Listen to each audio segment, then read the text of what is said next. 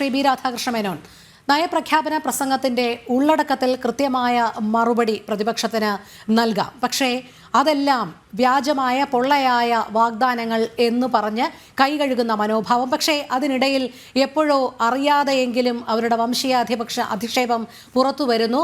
Poor thing എന്നും boring എന്നുമുള്ള പ്രസ്താവനകൾ വരുന്നു. അത് മാധ്യമങ്ങളടക്കം റിപ്പോർട്ട് ചെയ്യപ്പെടുകയും രാജ്യവ്യാപകമായ പ്രതിഷേധമുണ്ടാകുകയും ചെയ്തപ്പോൾ ഇത് BJP വഴിതിരിച്ചു വിടുന്നതിനുള്ള ഒരു മനോഭാവത്തിന്റെ പ്രത്യാക്രമണമാണ് എന്നുള്ള രീതിയിലാണ് പറയുന്നത്. എങ്ങനെ കാണുന്നു? ശ്രീമതി സോണിയ പറയുന്നത് BJP പറഞ്ഞിട്ടാണെങ്കിൽ അവർ പറയുന്നത് വളരെ ശരിയാണ്. കാരണം ഇവിടെ ആരാ കോൺഗ്രസിനെ സംബന്ധിച്ച് കോൺഗ്രസിന്റെ ഭാരതത്തിന്റെ ഭരണകൂടത്തെ കഴിഞ്ഞ കാലത്ത് നിയന്ത്രിച്ച് ഇന്ത്യ മഹാരാജ്യത്തിന്റെ ഭരണകൂടം മൻമോഹൻ സിംഗിന്റെ നേതൃത്വത്തിൽ ഉണ്ടായപ്പോൾ ആ ഭരണത്തെ മുഴുവനായി നിയന്ത്രിച്ചിരുന്ന വ്യക്തിയാണ് സോണിയ.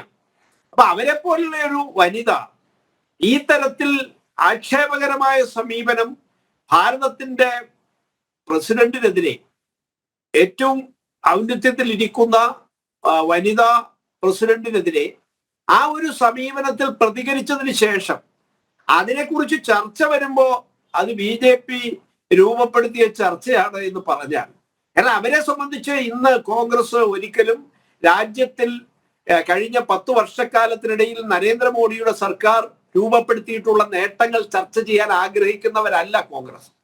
അവരെ സംബന്ധിച്ച് അവരുടെ ബേസ് എന്ന് പറയുന്നത് ഈ പറഞ്ഞ ആദിവാസികളോടും ഇപ്പൊ ഇവിടെ തന്നെ പറഞ്ഞില്ലേ, പിന്നോക്കക്കാരെ അവരുടെ സർവേ നടത്തി അവരെയൊക്കെ ഭിന്നിപ്പിച്ച് നിർത്തി അവരെ എല്ലാം വേറെ വേറെ ആക്കി നിർത്തണം എന്നുള്ള ഒരു കൃത്യമായ അജണ്ടയുടെ വക്താക്കളാണ് കോൺഗ്രസ് എക്കാലത്തും. അവരുടെ സർവേ നടത്തണമെന്നല്ല പറയുന്നത്, സർവേ നടത്തണം, കണക്കെടുക്കണം.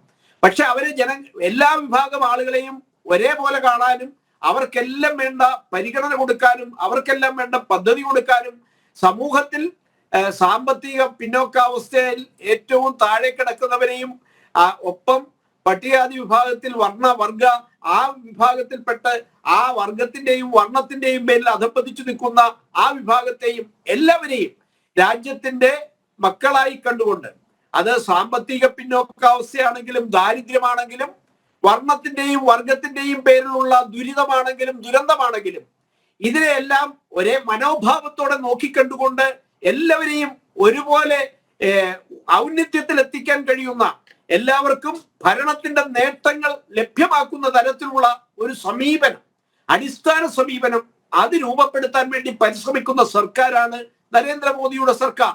കഴിഞ്ഞ 10 വർഷക്കാലത്തിനിടയിൽ രാജ്യം ഇന്ന് ലോകത്തിന്റെ 1-ാം നിരയിൽ സമസ്ത മേഖലയിലേക്കും എത്തുമ്പോൾ അമേരിക്ക അടക്കമുള്ള ലോകരാജ്യങ്ങൾ ഭാരതത്തെ തുല്യ പരിഗണനയിൽ നോക്കിക്കാണാൻ തയ്യാറാവുന്ന ഇന്നത്തെ കാലഘട്ടത്തിൽ ആ നിലയിലേക്ക് ഭാരതത്തിന്റെ വളർച്ച എത്തുന്നതിനെ അസഹിഷ്ണുതയോടെ അല്ലാതെ കാണാൻ കോൺഗ്രസിന് പ്രതിപക്ഷത്തിന് സാധിക്കുന്നില്ല. അവരെ സംബന്ധിച്ചിടത്തോളം അവർ പഴയ ബ്രിട്ടീഷ് മനോഭാവത്തോടു കൂടി രാജ്യത്തെ ജനങ്ങളെ പരസ്പരം തമ്മിലടിപ്പിച്ചുകൊണ്ട് അവർക്ക് സബ്സിഡിയുടെ രൂപത്തിൽ ആനുകൂല്യങ്ങൾ കഴിഞ്ഞ കാലത്ത് പ്രഖ്യാപിച്ച കോൺഗ്രസിന്റെ ഒരു ശൈലിയുണ്ട്. അവരെല്ലാവർക്കും ഒരുപാട് ആനുകൂല്യങ്ങൾ അത് പ്രഖ്യാപിക്കുന്നു. ആ ആനുകൂല്യങ്ങളൊന്നും അർഹതപ്പെടുന്നവരുടെ കരങ്ങളിൽ എത്തുന്നില്ല.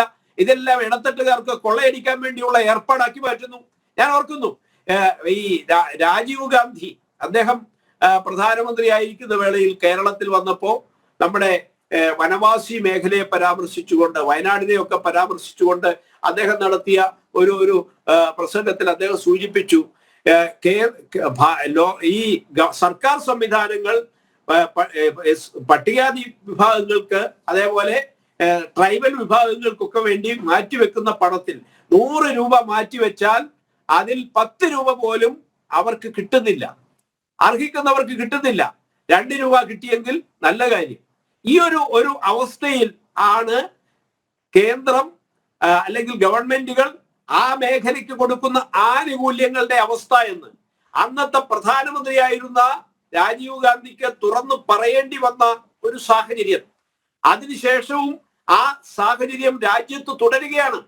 കേരളത്തിൽ ഒരു പട്ടികവർഗക്കാരൻ മധു എന്ന് പറയുന്ന ആദിവാസി യുവാവ് ഒരു നേരത്തെ ആഹാരത്തിന് വകയില്ലാതെ ഭക്ഷണം കഴിച്ചതിന്റെ പേരിൽ തല്ലിക്കൊല്ലപ്പെട്ട സ്ഥലമായി കേരളം മാറുമ്പോ ആദിവാസിക്ക് ഇത്രയേറെ ദുരിതം അനുഭവിക്കുന്ന പ്രദേശങ്ങൾ ഭാരതത്തിൽ ഉടനീളം ഉണ്ടായിരുന്ന ഒരു കാലഘട്ടത്തിൽ നിന്ന് ആദിവാസിയെയും പിന്നോക്കക്കാരെയും പട്ടികവർഗക്കാരനെയും സാധാരണക്കാരനെയും എല്ലാം തുല്യമായി പരിഗണിക്കുന്ന, അവർക്ക് രാജ്യത്തിന്റെ ഏറ്റവും ഉന്നതമായ ശ്രേണിയിൽ സ്ഥാനമുണ്ട് എന്ന സന്ദേശവും അതിനുതകുന്ന രീതിയിൽ അവരുടെ വീടുകളിലേക്ക്, കുടുംബങ്ങളിലേക്ക്, വ്യക്തികളിലേക്ക് ആനുകൂല്യങ്ങൾ എത്തുന്ന സാഹചര്യവും, കഴിഞ്ഞ കാലത്ത് റേഷൻ ആനുകൂല്യം വ്യക്തികളിൽ എത്താൻ എത്രമാത്രം തടസ്സങ്ങൾ ഉണ്ടായിരുന്നു, ഇന്ന് അത് മാറി ആ എല്ലാവർക്കും ആനുകൂല്യം എത്തുന്ന, അവരുടെ കരങ്ങളിൽ എത്തുന്ന രീതിയിലേക്ക് ഭരണ സംവിധാനത്തെ മാറ്റിമറിച്ച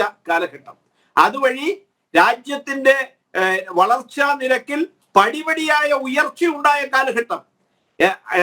ഈ രാജ്യത്തിന്റെ പൊതു വളർച്ച സുശക്തമായ കാലഘട്ടം, ബാങ്കിങ് മേഖല സുശക്തമായ കാലഘട്ടം, തൊഴിലില്ലാത്ത ചെറുപ്പക്കാർ രാജ്യത്ത് ഗവൺമെന്റ് ജോലിക്ക് വേണ്ടി അപേക്ഷ എഴുതി നടന്നിരുന്ന കാലഘട്ടത്തിൽ നിന്നും വ്യത്യസ്തമായി ചെറുപ്പക്കാർക്ക് സ്വയം തൊഴിൽ സംരംഭങ്ങളുടെ നീണ്ട നിരയുണ്ടായ കാലഘട്ടം.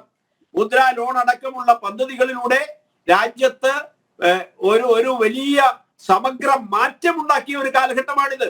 കാരണം എല്ലാവർക്കും തൊഴിൽ സംരംഭങ്ങൾ തുടങ്ങാനുള്ള, വ്യവസായങ്ങൾ തുടങ്ങാനുള്ള ധാരാളമായ അവസരങ്ങൾ, അവരുടെ കയ്യിലേക്ക് ആവശ്യത്തിന് പണം എത്തുന്ന നയപരമായ സമീപനം ബാങ്കിങ് മേഖലയിൽ, ആവശ്യമായ സബ്സിഡി എത്തുന്ന, സഹായം എത്തുന്ന സമീപനം, അർഹിക്കുന്ന രീതിയിൽ അത് ആ മേഖലയിൽ തന്നെ വിനിയോഗിക്കപ്പെടുമെന്ന് ഉറപ്പാക്കുന്ന സമീപനം, ഇതെല്ലാം ഭരണരംഗത്ത് രൂപപ്പെട്ടപ്പോ ഇന്നിപ്പോ എംപ്ലോയീസ് പ്രോവിഡന്റ് ഫണ്ട് അടക്കമുള്ള മേഖലകളിലെ കണക്ക് പരിശോധിക്കുമ്പോൾ ഇന്ന് പുതുതായി തൊഴിൽ മേഖലയിലേക്ക് കടന്നു വന്ന ആളുകളുടെ രജിസ്ട്രേഷനിലൊക്കെ വലിയ കുതിച്ചുചാട്ടമാണ് ഉണ്ടായിരിക്കുന്നത്.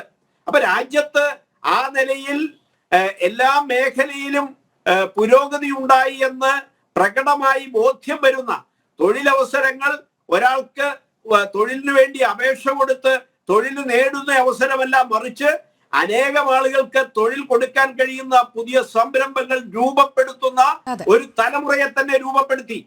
ഇപ്പോ പല ആളുകളും വിദേശത്തേക്ക് പോകുന്നു എന്ന് പറഞ്ഞിട്ട് നമ്മുടെ നാട്ടിൽ പലപ്പോഴും ഒരു ഇവിടെ രക്ഷയില്ലാഞ്ഞിട്ട് പോകുന്നു എന്നൊക്കെ പറയും. പക്ഷെ ഇന്നിപ്പോ ആ വിദേശങ്ങളിൽ പോയി പോലും വലിയ ബിസിനസ് നടത്തുന്ന, വലിയ സംവിധാനങ്ങൾ ഒരുക്കുന്ന ഒരു വലിയ സമൂഹമായി ഭാരതീയർ മാറുമ്പോ ഈ ഭാരതത്തിന്റെ സമ്പദ് വ്യവസ്ഥ കൂടുതൽ സുശക്തമാകുന്നു. വിദേശ പണം ധാരാളമായി ഭാരതത്തിലേക്ക് എത്തുന്നു. ഭാരതം സമഗ്ര മേഖലയിലും മുന്നോട്ട് പോകുന്നു.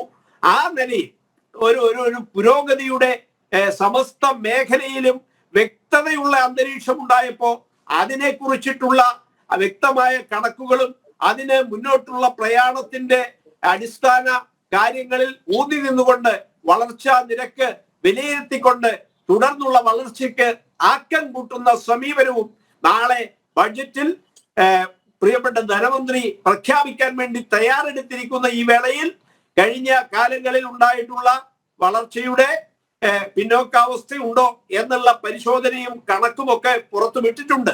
യാഥാർത്ഥ്യമാണ്.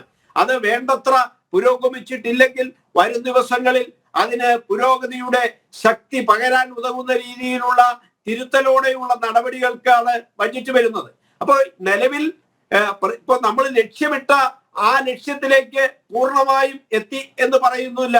പക്ഷെ ലക്ഷ്യമിടുന്നതിന് കഴിഞ്ഞ കാലത്തെ വെച്ച് നോക്കുമ്പോൾ, കോൺഗ്രസിന്റെ ഭരണകാലം വെച്ച് നോക്കുമ്പോൾ, മുൻ കാലഘട്ടത്തിലെ വളർച്ചാ നിരക്ക് പരിശോധിക്കുമ്പോൾ അതിൽ നിന്നൊക്കെ വ്യത്യസ്തമായി ലോകത്തിൽ ഇതര സാമ്പത്തിക ശക്തികൾക്ക് ഒപ്പം നിൽക്കുന്ന, ലോകത്തിലെ മൂന്നാമത്തെയോ നാലാമത്തെയോ ഒക്കെ സാമ്പത്തിക ശക്തിയായി ഭാരതം വളർന്നു വരുന്ന ഒരു സാഹചര്യം ഇന്ത്യ മഹാരാജ്യത്തെ രൂപപ്പെടുത്തുവാൻ വേണ്ടി നരേന്ദ്രമോദിയുടെ സർക്കാരിന് കഴിഞ്ഞു എന്ന യാഥാർത്ഥ്യത്തെ ആർക്കാണ് തിരസ്കരിക്കാൻ കഴിയുക? ആർക്കാണ് അത് തെറ്റാണെന്ന് പറയാൻ കഴിയുന്നത്? അപ്പൊ ആ നിലയിലുള്ള വളർച്ചാ നിരക്ക് രാജ്യത്ത് രൂപപ്പെടുമ്പോൾ ഇവിടുത്തെ എല്ലാ മേഖലയിലുമുള്ള വ്യക്തികൾക്ക് ആനുകൂല്യങ്ങളും അവകാശങ്ങളും ഒക്കെ പരിഗണിച്ചുകൊണ്ട് അവരുടെ ഇടയിൽ തുല്യത ഉണ്ടാക്കിക്കൊണ്ട് വീടില്ലാത്ത മുഴുവൻ ആളുകൾക്കും വീട് കൊടുക്കാനുള്ള പദ്ധതി, 70 വയസ്സ് കഴിഞ്ഞ മുഴുവൻ ആളുകൾക്കും ചികിത്സ കൊടുക്കുന്ന പദ്ധതി, ഇത് ലോകത്തിലെ വികസിത രാജ്യങ്ങളിൽ യാഥാർത്ഥ്യമാക്കിയിട്ടുള്ള സീനിയർ സിറ്റിസൺസിനുള്ള പരിഗണനയുടെ പശ്ചാത്തലത്തിലേക്ക് ഭാരതത്തിലെ സീനിയർ സിറ്റിസൺസിനെ മുഴുവൻ കൊണ്ടുവരാൻ കഴിയുന്ന രീതിയിൽ പദ്ധതികൾ രൂപപ്പെടുത്തുന്ന സർക്കാരിന്റെ സമീപനത്തെ അതിനെയൊക്കെ കണ്ണടച്ചിരുട്ടാക്കുന്നത് പോലെ ഒന്നും നടന്നിട്ടില്ല, രാജ്യത്തെ വ്യക്തികളെ പരിഗണിച്ചിട്ടില്ല, അല്ലെങ്കിൽ മുതിർന്ന സാധാരണക്കാരെ പരിഗണിച്ചിട്ടില്ല എന്ന് പറയുമ്പോൾ രാജ്യത്തുള്ള മുഴുവൻ മുതിർന്ന പൗരന്മാർക്കും ചികിത്സ ഉറപ്പാക്കുന്ന ഒരു സംവിധാനം ഈ കഴിഞ്ഞ ഒരു 10 വർഷത്തിന് മുമ്പ്